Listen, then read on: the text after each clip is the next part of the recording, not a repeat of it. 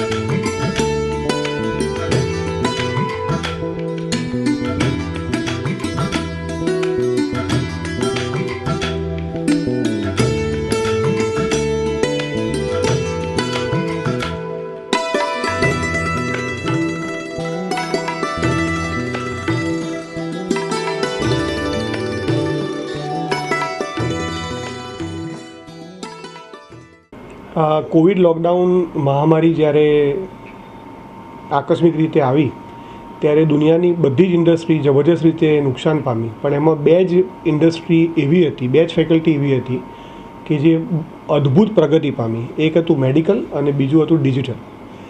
Digital એટલે online એજ્યુકેશનના ફિલ્ડમાં એવું કહી શકાય કે હોમિયોપેથીમાં આખી દુનિયામાં હું એકમાત્ર હોમિયોપેથ છું કે જેને લોકડાઉનના ફેઝમાં 100 વેબિનાર આપ્યા. 27થી વધારે દેશોમાં 55,000 હોમિયોપેથને હું વર્ચ્યુઅલી મળ્યો અને એ લેક્ચર્સ ખૂબ સક્સેસ ગયા.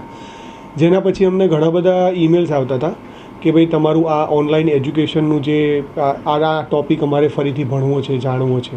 એના ભાગરૂપે પછી અમે વર્લ્ડ્સ મોસ્ટ એડવાન્સ ટેકનોલોજીથી ઈ લર્નિંગ પ્રોગ્રામ એટલે ઓનલાઈન એજ્યુકેશન પ્રોગ્રામ બનાવ્યો. જે ટેકનોલોજી પર ફેસબુક ચાલે છે, જે ટેકનોલોજી પર નેટફ્લિક્સ ચાલે છે, જે ટેકનોલોજી પર ઇન્સ્ટાગ્રામ ચાલે છે, એના ઉપર અમે હોમિયોપેથીનો ઓનલાઈન એજ્યુકેશનનો પ્રોગ્રામ બનાવ્યો કે જે પ્રધાનમંત્રી નરેન્દ્ર મોદી સાહેબના વિઝન ઉપર આધારિત છે.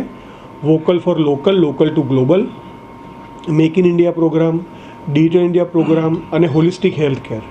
અને તેનું ઉદ્ઘાટન ગુજરાત રાજ્યના મહામહિમ રાજ્યપાલ સાહેબ શ્રી દેવવ્રત આચાર્ય સાહેબના હસ્તક ભારત સરકારના 3 મંત્રીઓની હાજરીમાં ઓનલાઈન ઇનોગ્રલ સેરેમની દ્વારા કરવામાં આવ્યું. અને એના પછી આખો પ્રોજેક્ટ એના કામ પ્રમાણે ચાલતો ગયો.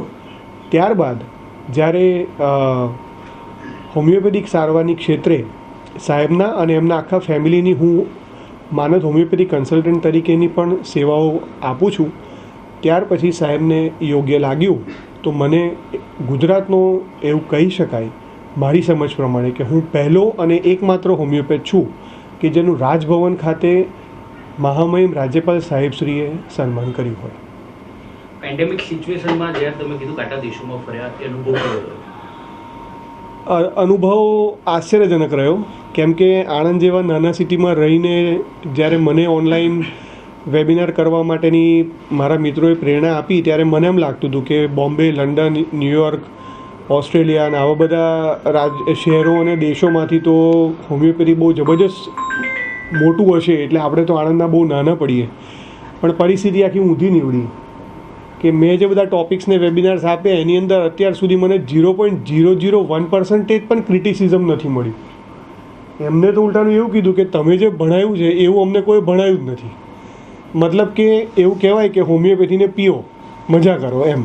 એટલે એ જ આ મારી આ એક માતા પિતાને ભગવાનના આશીર્વાદથી બનેલી હોમિયોપેથી હોસ્પિટલનું સફળતાનું રહસ્ય છે. કેમ કે હું યુરોપમાં નોબેલ પ્રાઇઝ વિનર મારા ગુરુ પ્રોફેસર જ્યોર્જ વિસુલ્કાસ પાસે તૈયાર થયેલો વિદ્યાર્થી છું અને મને દેશપ્રેમ અને મા બાપનો માટેની સેવા કરવાની ઝંખના પહેલેથી હતી, એટલે યુરોપ છોડીને આણંદ આવીને સેટલ થયો.